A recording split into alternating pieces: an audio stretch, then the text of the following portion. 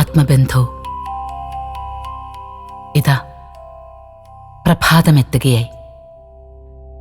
മനസ്സിൻ്റെ, ശരീരത്തിൻ്റെ, ജീവിതത്തിൻ്റെ ഉണർവിനായി നമുക്ക് ലഭിക്കുന്ന ഈ വിശേഷ സമ്മാനം, സവിതാവ് നമുക്കായി കരുതി വയ്ക്കുന്ന മഹത്തരമായ സന്ദേശം, പ്രപഞ്ചം നമുക്ക് നൽകുന്ന സുന്ദരമായ സമ്മാനം, അതാണ് പ്രഭാതങ്ങൾ. പ്രഭാതത്തിൽ ഉണർന്ന് ഈ ജീവിതത്തിൻ്റെ വിലപ്പെട്ട നിമിഷങ്ങളെ അറിഞ്ഞ് നിറഞ്ഞു ജീവിക്കുവാനായാൽ നമ്മൾ യഥാർത്ഥത്തിൽ വിജയിക്കുകയാണ്.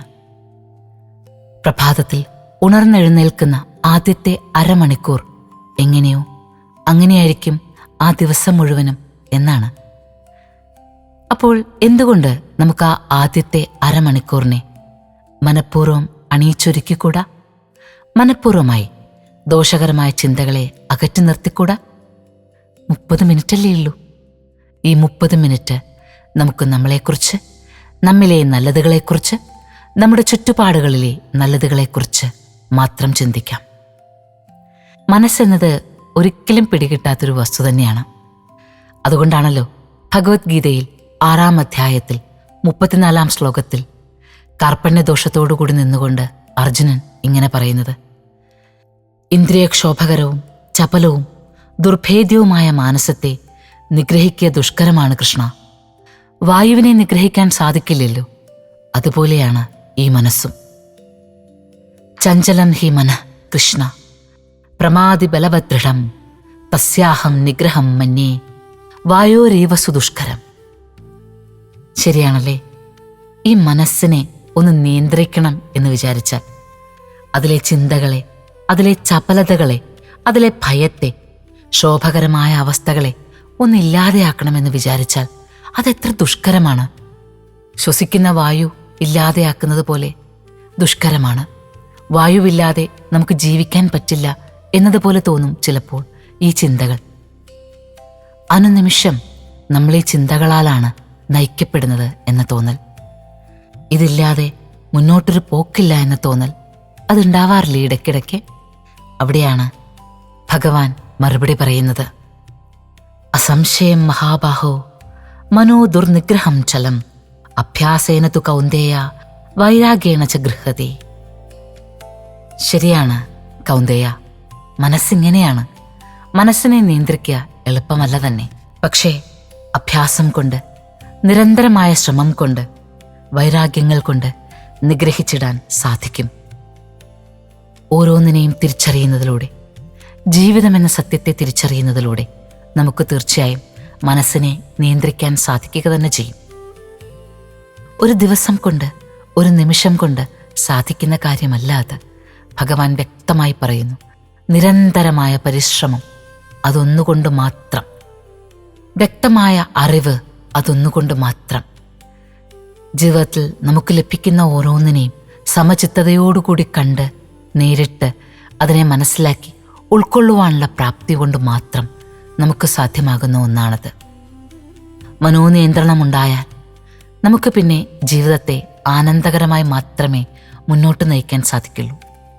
നമുക്കരികിലേക്ക് വെളിച്ചം കണ്ടാൽ ചെറുശലഭങ്ങൾ എന്നതുപോലെ മറ്റുള്ളവർ സമാധാനം തിരഞ്ഞ് ഓടിയെത്തുന്ന കാഴ്ച നമുക്ക് തന്നെ അനുഭവിക്കുവാനാകും. മനസ്സെന്ന ഈ കുതിരയെ നിയന്ത്രിക്കുവാൻ നമുക്ക് പരിശ്രമിക്കാമെന്നേ. ഒരു ദിവസം ശ്രമിച്ചു, പരാജയപ്പെട്ടു, സാരമില്ല. വീണ്ടും ശ്രമിച്ചു, പരാജയപ്പെട്ടു, സാരമില്ല. പക്ഷേ ശ്രമം മാത്രം ഉപേക്ഷിക്കാതിരിക്കുക. നിരന്തരം നിരന്തരം ശ്രമിച്ചുകൊണ്ടേയിരിക്കുക. ഹൃദയമിടിപ്പ് എന്നതുപോലെ നമുക്ക് അനസ്യൂതമായൊരു പ്രവാഹമായി ഈ പരിശ്രമത്തെയും കാണാം. ഈ പരിശ്രമം യഥാർത്ഥത്തിൽ നമ്മളെ കഷ്ടപ്പെടുത്തുകയൊന്നുമില്ല, ദുഃഖിപ്പിക്കുകയുമില്ല. ഓരോ തവണ ശ്രമിക്കുമ്പോഴും നമ്മുടെ ഉള്ളിൽ ആത്മവിശ്വാസം വർദ്ധിക്കുകയാണ് ചെയ്യുന്നത്. അതുകൊണ്ട് ഈ പ്രഭാതത്തിലെ ആദ്യത്തെ 30 മിനിറ്റുകളിൽ നമുക്ക് ദുർചിന്തകളൊന്നും വരണ്ട എന്ന് വിചാരിച്ചുവെങ്കിലും, ഭയമൊന്നും വരണ്ട, ആകാംക്ഷ വേണ്ട, ഒരരക്ഷിതാവസ്ഥ മനസ്സിൽ കരുതണ്ട എന്നൊക്കെ വിചാരിക്കുമ്പോഴും അറിയാതെ എവിടെയൊക്കെയോ ആ ചിന്താശകലങ്ങൾ മനസ്സിൽ വന്ന് പറ്റിപ്പിടിക്കുന്നുണ്ട് എങ്കിൽ അതോർത്ത് വ്യാകുലപ്പെടണ്ട. അതിനെ അതിജീവിക്കാൻ നമുക്ക് ശക്തിയുണ്ട്. അത്തരം ചിന്തകൾ നമ്മുടെ മനസ്സിലേക്ക് വരുമ്പോൾ ഇതെൻ്റെ മനസ്സാണ്, ഇതെൻ്റെ ജീവിതമാണ്, ഇതിൻ്റെ സാഹചര്യങ്ങൾ തൽക്കാലം ഇങ്ങനെയൊക്കെയാണ്, അതുകൊണ്ട് തന്നെ ഈ ഭയമൊക്കെ വരിക സ്വാഭാവികമാണ് എന്ന് ചിന്തിക്കാം. എന്നിട്ട് മെല്ലെ മനസ്സിനോട് പറയാം, ഈ സ്വാഭാവികതയിൽ നിന്ന് അസ്വാഭാവികമായ ആ ദൈവ ചൈതന്യത്തിലേക്ക് ഞാൻ ഉയർത്തപ്പെടും, ഞാൻ സഞ്ചരിക്കും. പരമാത്മ ചൈതന്യം എന്നിലേക്ക് ഈ സൂര്യ തേജസ് പോലെ എത്തുക തന്നെ ചെയ്യും. ഓരോ പ്രഭാതവും ഞാൻ അതിനായി നിരന്തരം ശ്രമിച്ചുകൊണ്ടേയിരിക്കും. പ്രഭാതങ്ങളിൽ നിന്ന് നീളുന്ന ആ പകലിലേക്ക്, ദിവസത്തിലേക്ക് ഞാൻ എൻ്റെ ശ്രമത്തെ കൊണ്ടുപോയിക്കൊണ്ടേയിരിക്കും. ഇതെൻ്റെ തപസ്സാണ്. പരബ്രഹ്മം എനിക്ക് കനിഞ്ഞു നൽകിയ ഈ ജീവിതം, പ്രപഞ്ചം എനിക്കായി നൽകിയ ഈ അവസ്ഥകൾ, ഇത് ഞാൻ മനോഹരമായി ഉപയോഗിക്കും. ജീവിതമെന്ന അനുഗ്രഹത്തെ ചേർത്ത് പിടിച്ചുകൊണ്ട് ഞാൻ എൻ്റെ തപസ് തുടർന്നുകൊണ്ടേയിരിക്കും. തീർച്ചയായും എനിക്ക് സാധിക്കും. ഒരു ദിവസം ഈ ചിന്തകളെല്ലാം എനിക്ക് അനുഗ്രഹങ്ങളായി മാറുന്ന, എൻ്റെ ജീവിതത്തിലെ ഓരോ അനുഭവങ്ങളും, ഓരോ ദുഃഖങ്ങളും, ഓരോ നഷ്ടപ്പെടലുകളും എനിക്ക് വിജയത്തിലേക്കുള്ള പരിശീലനങ്ങളായി മാറുന്ന ആ സുമുഹൂർത്തം സമാഗതമാകാൻ ഇനി കാലതാമസമില്ല. ഈ പ്രഭാതം അതിലേക്കുള്ള ചുവടുവയ്പ്പാണ്.